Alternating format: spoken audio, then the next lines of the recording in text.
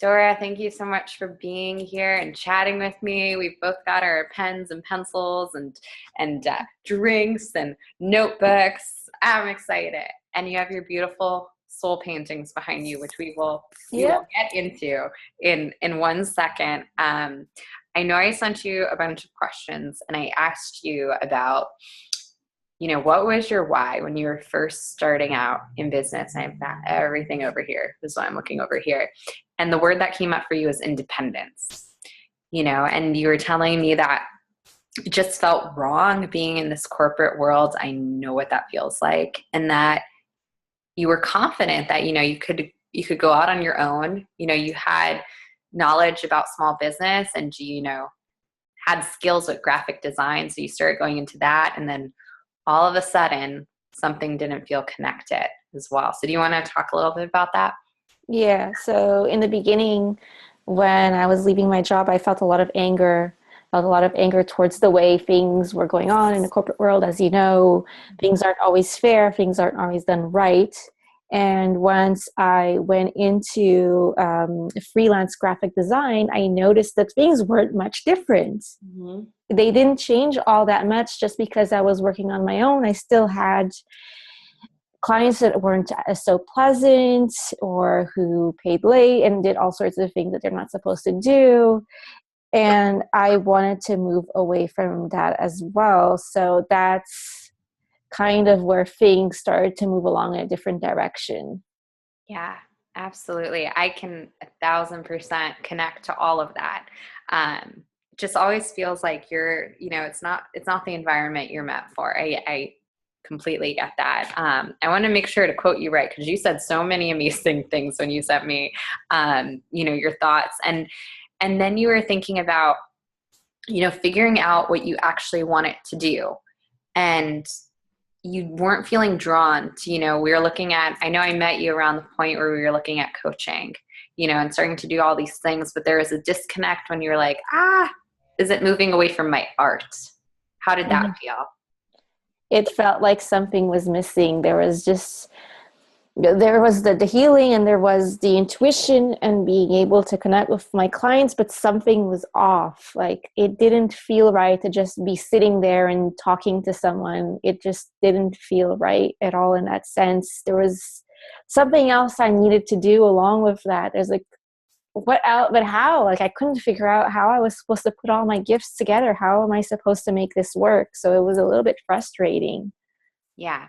And that's the moving away that I think a lot of us feel from our why, why we first start out. And I know that you've been drawing since you were, little, and, that our whys can morph and evolve and change. And that has now become, as we see in your background, part of the big why too. Do you think it was hard being, in this world where you were seeing people doing things a certain way and thinking that, well, maybe I have to follow this path and do this thing as well, instead of turning back to you? Yes, definitely. I was surrounded by all these people who were doing calls and different types of healing. And I was looking at all that and wondering how I fit into it all. And I just, I felt at a certain point very, how do I put this? I felt very put down. I felt very small compared to everybody else because I felt like I didn't have it. I felt very disempowered, basically, at Yeah. that point. Felt very disempowered. I felt so little and so small. Yeah.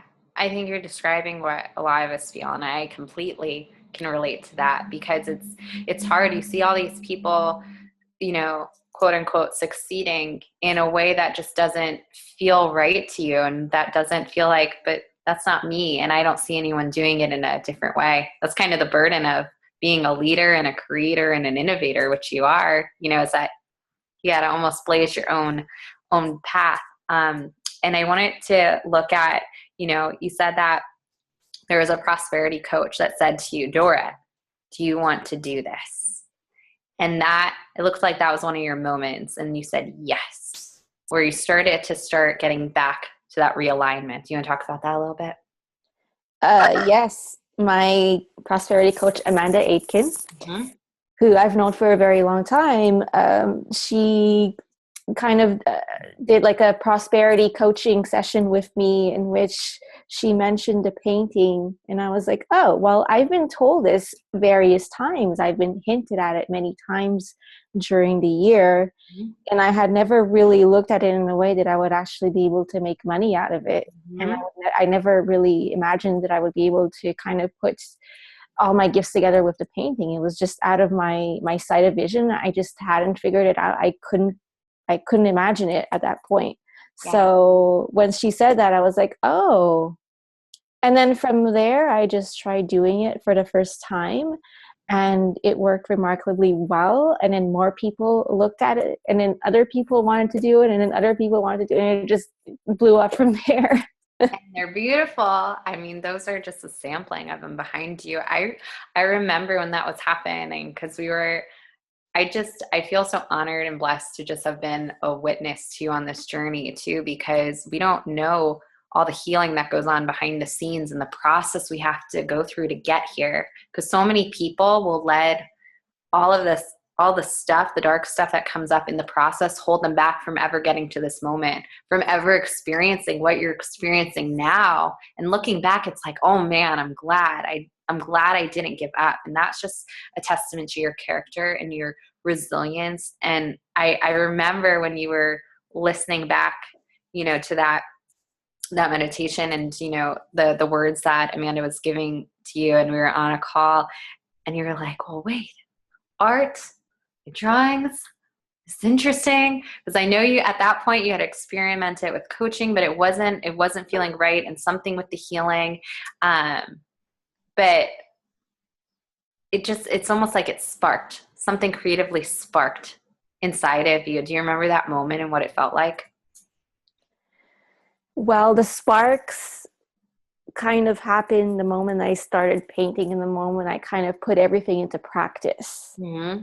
Because initially when I listened to the recording, well, first of all, I totally went into healing crisis mode. Like I totally broke down my body. I had a huge cold. I was literally like, she had broken down so many walls in me. And so once that cleared up, as soon as I started painting and actually putting everything into practice, and then just noticing how I can put these services together, how I could mix like the artwork and the healing, and how it all kind of goes together so well, and how it flows like so well. It was so funny too. I don't know if you remember when we were on a group call in our group one time, and we had Emily Wapnick who did the TED Talk on your inner wiring. Yeah. And it was your turn to talk about, what you were doing at that point. And at that point you were doing soul paintings. And she was just like, you got it. That's amazing. I don't think you need any help on anything. Like, you're totally rocking it. That's the most amazing thing I've ever heard. How did that feel after all this time being like, I don't know what I'm doing, to have some, another expert be like, you've got it? At the time, I didn't feel that way. During the call, I was like, well, I'm just, wanted to know what you thought, like, okay. I didn't, because she's a very shy person, and I guess I kind of took things a little bit the wrong way. I wasn't too sure, but no, I'm flattered. And I mean, like, everybody's capable of doing this. It's not, I think everybody has their genius. And I mean, I guess I've been blessed, and yeah. No, it's amazing to see, and it started by you listening to yourself. Absolutely. But what you just brought up too, I know you mentioned this, and I loved how you put it too with Emily, how when she said something, it didn't really take effect until later. Like, oh, okay, now I get it. This happens to me with really good books. I buy something and I never read it, and then when I need it most, I look on my shelf and I'm like, oh, I needed it for this time and I didn't know it at that point, but something in my subconscious knew.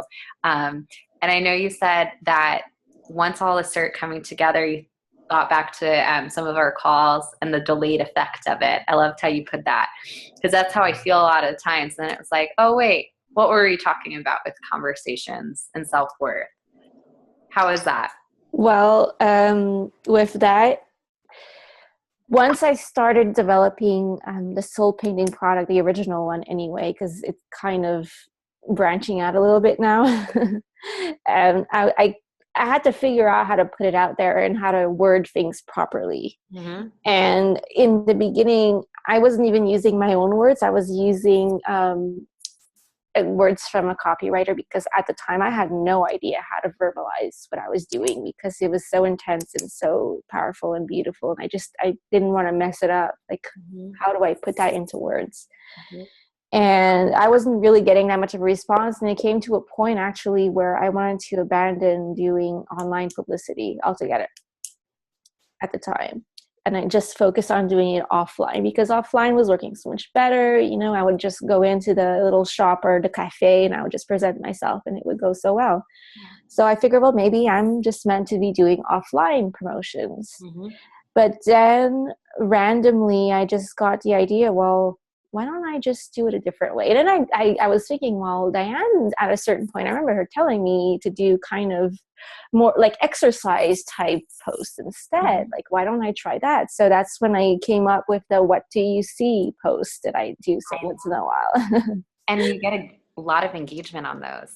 Yes, I get a lot of engagement depending on the day. Depends on the day, depends what people are doing.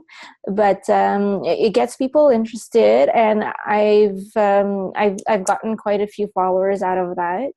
But also Instagram. Instagram is also a big source. Yes, and I wanted to ask you about that, but real quick, it's just so interesting, because this just is a testament to alignment too, because I know at one point we were trying to do those posts with the coaching that you're, dipping your toes into, but because that wasn't fully aligned, that's just a testament to, you can do everything that's working, for others, but if it's not in tune with who you are, then it's not going to work. But now it's like, you can see the beauty, behind the birth, of these paintings that you do. And you're right, it touches something deep. You get these deep downloads, and then it just comes forth onto the paper, and you can connect from that place because you're lit up there. And I know I asked, how is this looking now? And you said you're being really great on the online world. You're on Instagram. You were just a guest, on a radio interview. You're here with me. You're getting likes by galleries and artists on social media. You're starting to get clients. You're starting to do soul paintings. I can see you're smiling. Oh my gosh, it's just a transformation. How does it feel? It's surreal at times. Sometimes I'm like, is this a dream? Literally, sometimes it feels like it's a dream, but it's so natural. Yeah. But what's impressed me the most, I think, is when I post an intuitive project, because all of these here in my background are channeled art. They're channel intuitive pieces. And what really impresses me is when I post one of these channeled messages, and then people actually see messages for themselves, personal messages that are really targeted towards them, because somehow their higher self told them, hey, look at this post. Look, there's something there for you. Like, it's incredible. I can't put a word to that. I can't. Yeah, I get that feeling. You're changing lives. That's what you're doing. And that's amazing. So I know you said independence was why at the beginning, but has it morphed into something else? Have things been added onto it? Because you're definitely doing so much at this point. Well, I think it's become a little bit more selfish at this point, to be honest, because I'm just having fun. No, I mean, I wouldn't want to do anything else at this point. I'm just so happy painting that I don't think I would want to. Someday I'll definitely stop doing graphic design and just do this full time. And it's about having fun and about channeling. Like, I love I think when I paint, I'm a lot closer to the spirit world than I would be in doing something else, or reading cards, or being in meditation and just sitting there doing nothing.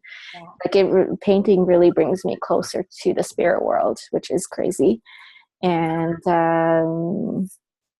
and yeah, and being able to change, like honestly being able to change somebody's life, and knowing that I'm gonna about to do a soul painting and it's gonna be incredibly emotionally exhausting for me, but that person is gonna have a much lighter burden now because of this painting. I can't put words to that. It's really, really spectacular. Well, just listening to that last bit that you shared, it's not, it may seem like, it's not selfish at all because you're coming from a place where so many of us, strive to be. You've gotten to a place where you're starting to do what you love and you're enjoying it. And there's no need to feel guilty about that. It's just a new way of being and a new way of thinking that we need to embrace more. And so you're so lit up, which I love, and you're changing lives by doing it.